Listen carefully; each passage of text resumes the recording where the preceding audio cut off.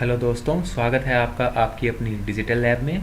दोस्तों, HTML में आज हम स्टार्ट करने जा रहे हैं फॉर्म टैग। दोस्तों, फॉर्म टैग है क्या? आपने कभी ऑनलाइन किसी जॉब के लिए फॉर्म फिलअप किया होगा। दोस्तों, वो फॉर्म डिज़ाइन हमारा HTML में ही होता है। स्टार्ट करते हैं Notepad++ से। हम एक फ़ाइल बना लेते हैं HTML की।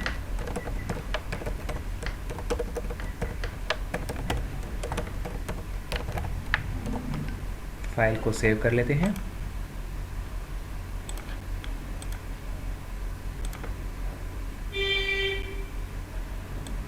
डेस्कटॉप पर HTML नाम के फोल्डर में। दोस्तों, आप अपनी फाइल को कहीं भी सेव कर सकते हैं। फाइल को ओपन कर लेते हैं। form.html हमारी फाइल ओपन हो चुकी है। स्टार्ट करते हैं।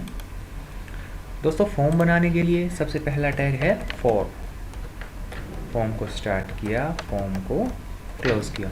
दोस्तों, यहाँ बॉडी पार्ट में हम कुछ भी लिखते हैं वहाँ एज इट इज़ लिखा जाता है। हम यूज़ करते हैं नेम। सेव किया एंड रिफ्रेश किया, एज इट इज़ लिखा जाता है। अब हम चाहते हैं इसके सामने एक बॉक्स बन जाए जिसमें आप नेम इनपुट कर सकें। देन आपके टैग का नेम है इनपुट। HTML में फॉर्म टैग के अंदर इनपुट की काफ़ी टाइप्स होती हैं। तो नेम जब हम इनपुट करते हैं उसे बोलते हैं text. Input type is equal to text. और दोस्तों, जो बॉक्स बनेगा उस बॉक्स का आपको एक नेम स्पेसिफाई करना पड़ेगा। सेव किया, आपने कहा input type is equal to text कि जो बॉक्स बने उसमें टेक्स्ट टाइप की इनपुट हो सके। रिफ्रेश करते हैं, यहाँ एक बॉक्स बन चुका है। बॉक्स में हम एक नाम इनपुट कर सकते हैं। दोस्तों, name is equal to A means ये जो बॉक्स बना है इस बॉक्स का नेम हमने ए स्पेसिफाई किया है। नेम आपका कुछ भी हो सकता है, ABC, जो भी आप चाहो इसका नेम रख सकते हो। हम चाहते हैं न्यू लाइन पे फादर नेम के लिए एक बॉक्स बनाना। हमें न्यू लाइन पे आना है, हम BR नाम के टैग का यूज़ करेंगे। फादर, सेव किया एंड रिफ्रेश किया। अब इसके सामने एक बॉक्स बन जाए। सेव टैग दोबारा, input type is equal to text. दोस्तों, आप यहाँ वैल्यू को कमेंट में भी ले सकते हो या विदाउट कमेंट में भी ले सकते हो। देन इस बॉक्स का एक नेम रख देते हैं। नेम हमने रख लिया B। नेम आप कुछ भी रख सकते हैं। सेव किया एंड रिफ्रेश किया। देन एक बॉक्स हमारा नेम के लिए, एक हमारा फादर नेम के लिए। दोस्तों, बात आई कि बॉक्स तो बन रहा है input type is equal to text से, यहाँ नेम का क्या मतलब है? जब हमने HTML का फर्स्ट लेक्चर किया था वहाँ हमने यह बताया था आपको कि कंप्लीट वेबसाइट बनाने के लिए एक पैकेज की ज़रूरत होती है। दोस्तों, उसमें काफ़ी लैंग्वेजेस आती हैं, HTML, CSS। देन हम जावास्क्रिप्ट का यूज़ कर सकते हैं, PHP का यूज़ कर सकते हैं, जावा का यूज़ कर सकते हैं, ASP.NET का यूज़ कर सकते हैं। दोस्तों, HTML का काम है सिर्फ वेबसाइट को डिज़ाइन तैयार करना, वेब पेज को डिज़ाइन तैयार करना। CSS आपकी उस HTML की शीट को स्टाइलिश बनाती है। देन काम आता है बैकएंड का। बैकएंड मीन्स पीछे के बैकग्राउंड में जो काम होता है उसे हम बैकएंड बोलते हैं। बैकएंड मीन्स हम यहाँ फॉर्म फिलअप करेंगे, बनाना तो हमारा HTML का काम है। जैसे ही आप सबमिट पे क्लिक करो वो डेटा आपका कहाँ जाके सबमिट हो रहा है, वह सभी कंट्रोलिंग का काम आपका हाई लेवल लैंग्वेजेस करती है। PHP जैसी लैंग्वेजेस करती है, जावा जैसी लैंग्वेजेस करती है। दोस्तों, मान लीजिए यहाँ हमारे पास 10 से 15 फील्ड्स हैं डेटा के लिए। आप सबमिट पे क्लिक करोगे, सभी डेटा आपका जाएगा, फ्लो करेगा। PHP जैसी लैंग्वेज जो आपकी बैकएंड में काम कर रही है वो इस डेटा को डेटाबेस में स्टोर करती है। तो दोस्तों, वहाँ ये लैंग्वेज कैसे डेटा को अलग अलग करेंगी कि नेम कौन सा है, फादर नेम कौन सा है। तो वहाँ कुछ ऐसी क्यूरीज लगी होती हैं कि क्यूरी आपकी ये कहती है कि जो A नाम के बॉक्स से डेटा आया है वो नेम नाम के फील्ड में स्टोर हो जाए। जो B नाम के बॉक्स से डेटा आया है वो फादर नेम नाम के टेबल में स्टोर हो जाए। C नाम से जो डेटा आया है वो एड्रेस नाम के डेटा में स्टोर हो जाए। तो दोस्तों, वहाँ डेटा को अलग अलग करने के लिए, यूनिकली डिफाइन करने के लिए हमें यहाँ बॉक्सेस में नेम की रिक्वायरमेंट है। अगर हम सिर्फ डिज़ाइन यहाँ तैयार करना चाहते हैं, देन आप नेम को अगर डिलीट भी कर देंगे तो यहाँ कोई इशू नहीं आएगा आपको कि आपका बॉक्स काम ना करे, आपका बॉक्स प्रॉपरली काम करेगा। लेकिन अगर हमें कंप्लीट वेबसाइट बनानी है, देन बैकएंड में काम करने के लिए हमें यहाँ नेम की रिक्वायरमेंट रहेगी दोस्तों। तो स्टार्ट करते हैं। नेक्स्ट BR, हम चाहते हैं यहाँ एक पासवर्ड नाम से फील्ड, सेव किया एंड रिफ्रेश किया, पासवर्ड एज इट इज़। हम चाहते हैं यहाँ एक बॉक्स आ जाए जहाँ आप पासवर्ड इनपुट कर सको। Then input type is equal to text and name is equal to PWD password, कुछ भी आप नेम रख सकते हैं। सेव किया एंड रिफ्रेश किया। दोस्तों यहाँ नेम, यहाँ फादर नेम, यहाँ पासवर्ड। अब प्रॉब्लम ये है, नेम और फादर नेम हमारे साथ कोई बैठा है वो देख ले, कोई प्रॉब्लम नहीं है। लेकिन पासवर्ड पर सिक्योरिटी होनी चाहिए, पासवर्ड दिखना नहीं चाहिए। देन हम पासवर्ड पे सिक्योरिटी लगा सकते हैं। कैसे? कि पासवर्ड की जो इनपुट टाइप है उसे टेक्स्ट ना देकर आप input type is equal to password use करेंगे। Input type is equal to password, then save किया एंड रिफ्रेश किया। देखिए दोस्तों, name, father name and password जब हम इनपुट करेंगे वो हमें डॉटेड फॉर्म में दिखेगा, मीन्स नहीं पता चलेगा कि हमने क्या टाइप किया है। तो पासवर्ड पर HTML हमें सिक्योरिटी लगाना देता है, input type is equal to password का यूज़ करके। देन BR, हम सिलेक्ट करना चाहते हैं जेंडर को। दोस्तों हम चाहते हैं यहाँ दो छोटे छोटे बटन आ जाएं, एक मेल के लिए, एक फीमेल के लिए। दोस्तों सिलेक्शन बटन को हम रेडियो बटन यहाँ बोलते हैं। हम यूज़ करेंगे input type is equal to radio. Then name, box का हम नेम रख देते हैं। नेम इज इक्वल टू, मान लीजिए हम R यूज़ कर लेते हैं। फाइल को सेव करते हैं एंड रिफ्रेश करते हैं। हमारा छोटा बॉक्स आ चुका है। उसके बाद टैग के बाद हम लिख देते हैं मेल। फाइल को सेव किया, रिफ्रेश किया, मेल। सेम ऐसे एक यहाँ फीमेल के लिए। Then again same tag, input type is equal to radio. दोस्तों यहाँ मैंने कमेंट्स का यूज़ किया है, आप कर भी सकते हैं, नहीं भी कर सकते, ये कोई इशू नहीं है। अभी तक हमने सीखा हर किसी बॉक्स का हमें नेम यूनिक रखना पड़ता है, अलग रखना पड़ता है। मीन्स इसका नाम AR है तो इसका नेम हमें अलग रखना पड़ेगा। Name is equal to S। Then इसके पीछे हम फीमेल लिख देते हैं। Save and refresh. तो दोस्तों एक मेल एक फीमेल हम यूज़ करके देखते हैं। मैं मेल को सिलेक्ट करता हूँ, सिलेक्ट हो चुका है। हम फीमेल को सिलेक्ट करते हैं। दोस्तों ये भी सिलेक्ट हो चुका है, जो कि टोटली रॉन्ग है। या तो फीमेल या मेल, इन दोनों में से एक ही ऑप्शन हमारा सिलेक्ट होना चाहिए। अब देखिए दोस्तों कंसेप्ट क्या है। कंसेप्ट ये है, हमने यूज़ किया है रेडियो बटन। रेडियो बटन आपको कहता है कि अपने ग्रुप में से एक टाइम पे एक ही सिलेक्ट होना। दोस्तों मैं रिपीट कर रहा हूँ, अपने ग्रुप में से एक टाइम पर एक ही सिलेक्ट होना। तो दोस्तों हमने नेम तो अलग अलग रखे हैं, तो ये एक ग्रुप तो हमारा बना नहीं। तो हमें यहाँ क्या करना होगा, सेम नेम रखना होगा। सेम नेम रखने से ये एक ही ग्रुप का बन चुका है। सेव करते हैं एंड रिफ्रेश करते हैं। अब देखते हैं क्या चेंजेस हुआ। मेल, जैसे हम फीमेल पर क्लिक करेंगे दोस्तों हट चुका है, ये देखिए। मीन्स अपने ग्रुप में से एक टाइम पे एक ही सिलेक्ट होना हो चुका है दोस्तों। तो आपको ये ध्यान रखना है कि रेडियो बटन के केस में नेम हमेशा आपने सेम रखना है। न्यू लाइन पे चलते हैं।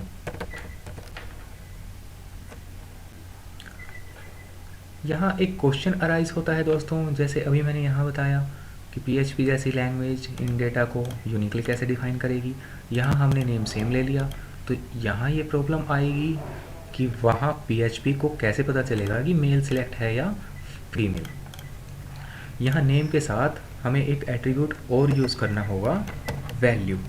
Value is equal to male and value is equal to female.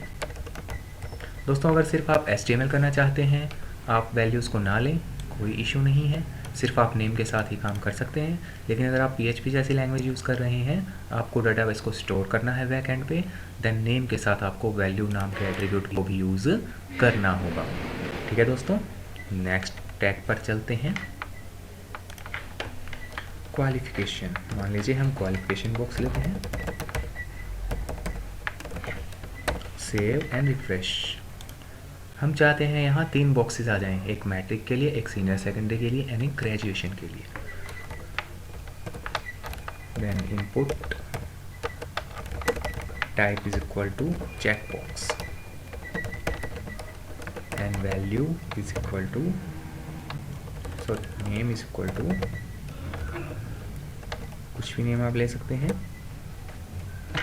Save करते हैं, रिफ्रेश करते हैं। दोस्तों ये चेक बॉक्स, इसे चेक बॉक्स क्यों कहते हैं, इस पर टिक करेंगे तो ये अपने आप चेक हो जाता है। इसके बाद हमें लिखना है मैट्रिक, देन टैग के टोटली बाद हम लिख देते हैं मैट्रिक। सेव करते हैं, रिफ्रेश करते हैं। दोस्तों मैट्रिक, देन एक सीनियर सेकेंडरी एंड एक ग्रेजुएशन, हम 2 टैग और ले लेते हैं।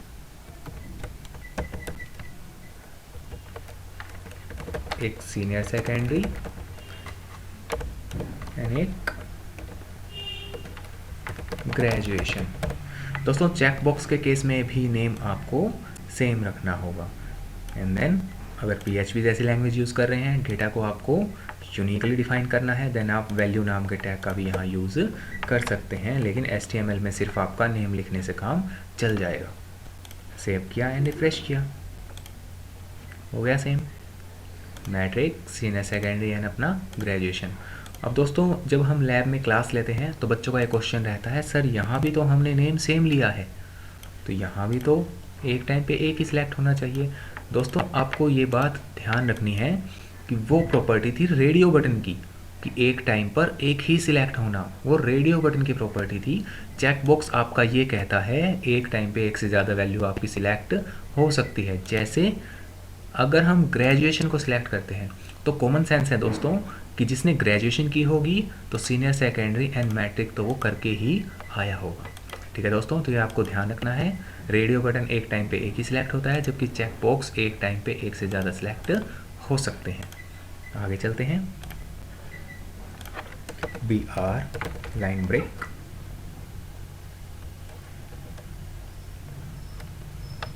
मान लीजिए हमें डिस्ट्रिक्ट सेलेक्ट करनी है। दोस्तों डिस्ट्रिक्ट सेलेक्ट करने के लिए यहाँ हम चाहते हैं एक लिस्ट आ जाए, लिस्ट।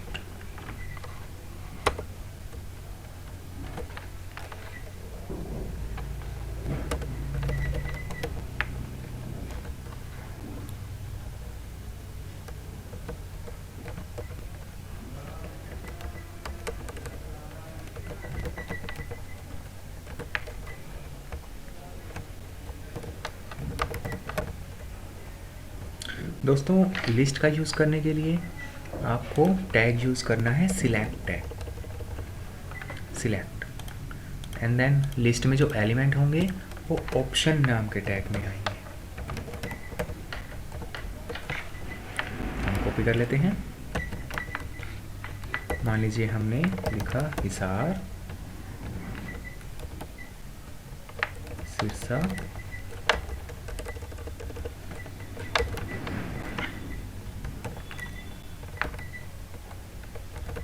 दिल्ली,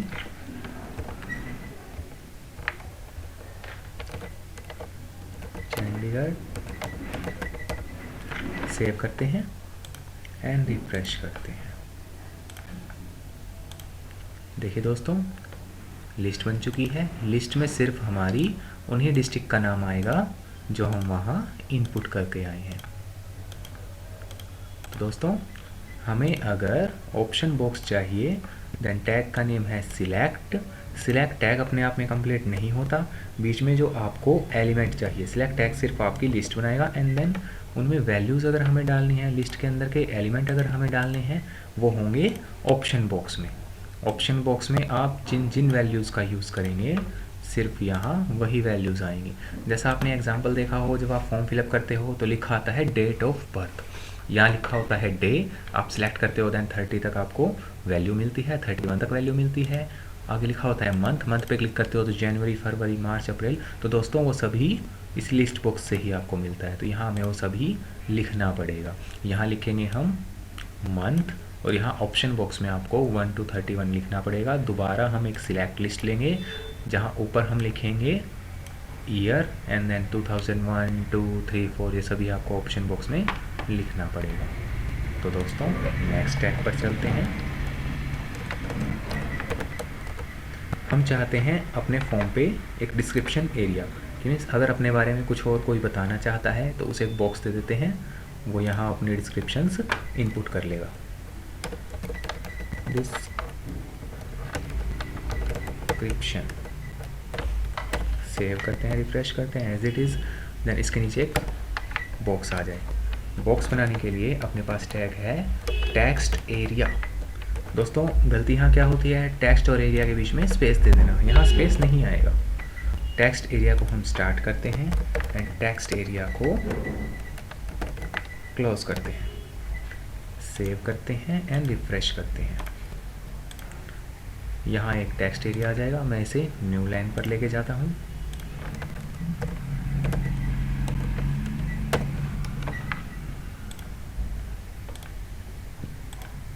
यहाँ हम कुछ भी इनपुट कर सकते हैं कि कोई बताना चाहता है कि मैंने 1 साल का डिप्लोमा अलग से कर रखा है, या हमने एक्सपीरियंस ले रखा है, यहाँ अपनी सभी डिस्क्रिप्शन वो डाल सकते हैं। दोस्तों ये जो अपना टेक्स्ट एरिया आया है ये सिर्फ 2 लाइनों का है, एक और एक, 2 रो हैं इसमें, 1 2 3 4 5 6 ऐसे आप कैरेक्टर काउंट कर सकते हो। हम अपने टेक्स्ट एरिया का साइज़ इंक्रीज़ और डिक्रीज़ कर सकते हैं। कैसे? टेक्स्ट एरिया टैग पर जाएंगे, यहाँ हम यूज़ करेंगे रोज़। रो, अगर आपको रो इंक्रीज़ करनी है आप लिखेंगे रोज़ इज़ इक्वल टू जितनी भी आप रो चाहते हो, मान लीजिए हम चाहते हैं 3 rows, and rows is equal to 3, save करते हैं एंड रिफ्रेश करते हैं। तो देखिए 1 2 3 रोज़ बन चुकी है एंड 1 2 3 4 ऐसे कैरेक्टर आप डिफाइन कर सकते हो। देन वो होगा COLS cols columns is equal to, मान लीजिए हम 25 स्पेसिफाई कर देते हैं, सेव एंड रिफ्रेश।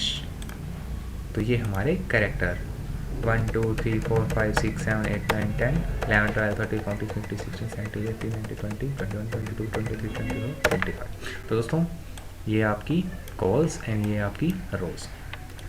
मान लीजिए दोस्तों आपका फॉर्म कंप्लीट हो चुका है, आप यहाँ सबमिट नाम से बटन चाहते हैं, सबमिट पे क्लिक करते फॉर्म आपका सबमिट हो जाए। देन हम यूज़ करेंगे input type is equal to submit and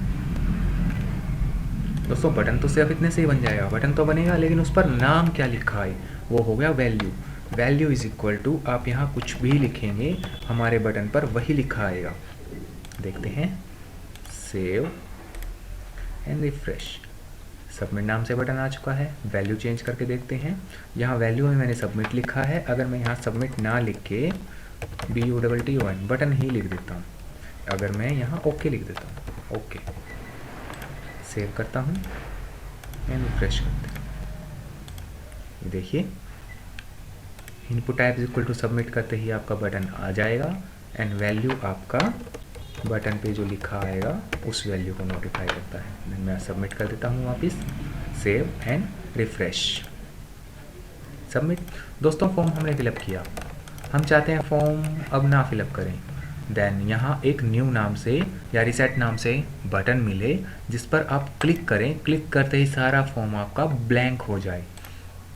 वो ऑप्शन है अपने पास इनपुट